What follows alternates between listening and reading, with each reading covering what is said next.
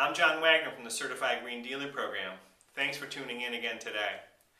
In this module, we're going to focus on the new Federal Trade Commission green labeling laws. But first, some insight into the history of green regulation. Whether it was their aim or not, both NAHB and the USGBC, which runs the LEAD program, have been very effective at warding off federal action to regulate green product labels. That was probably the intention of NAHB all along. For USGBC, it was just a natural consequence of their strident environmentalism. As the green building movement has grown, for over a decade in fact, the federal government has sat back and waited to see if the private sector would regulate itself in terms of green claims made on product labels. In that time, the green building movement has become widely popular, and some product marketers started making broad, vague, and unjustified claims that even brought suspicion onto the valid claims made by responsible manufacturers.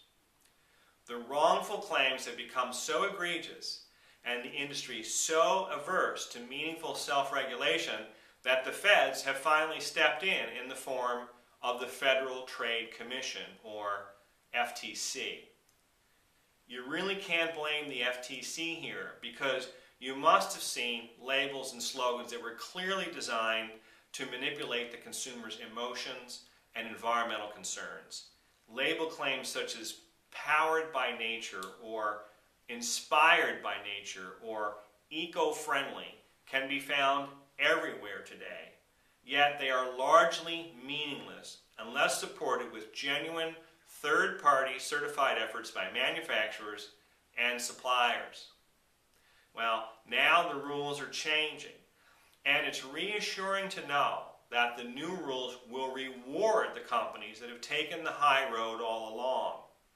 Because of new FTC action, many manufacturers that make environmental claims must adhere to the revised and updated FTC Green Guides, which were first created 12 years ago, an enormous span of time by green standards. Now, marketers have to qualify their claims on the product packaging and limit the claims to specific benefits. The new FTC rules will also demand that companies disclose if their green certifications are from true third parties, or if the third parties were created in-house. If a trade association certifies a product and the company is a member of the trade association, that too must be disclosed. Claims of renewable have to be specific about material sources. Also, now a new set of rules will govern claims of non-toxic, or the term free of.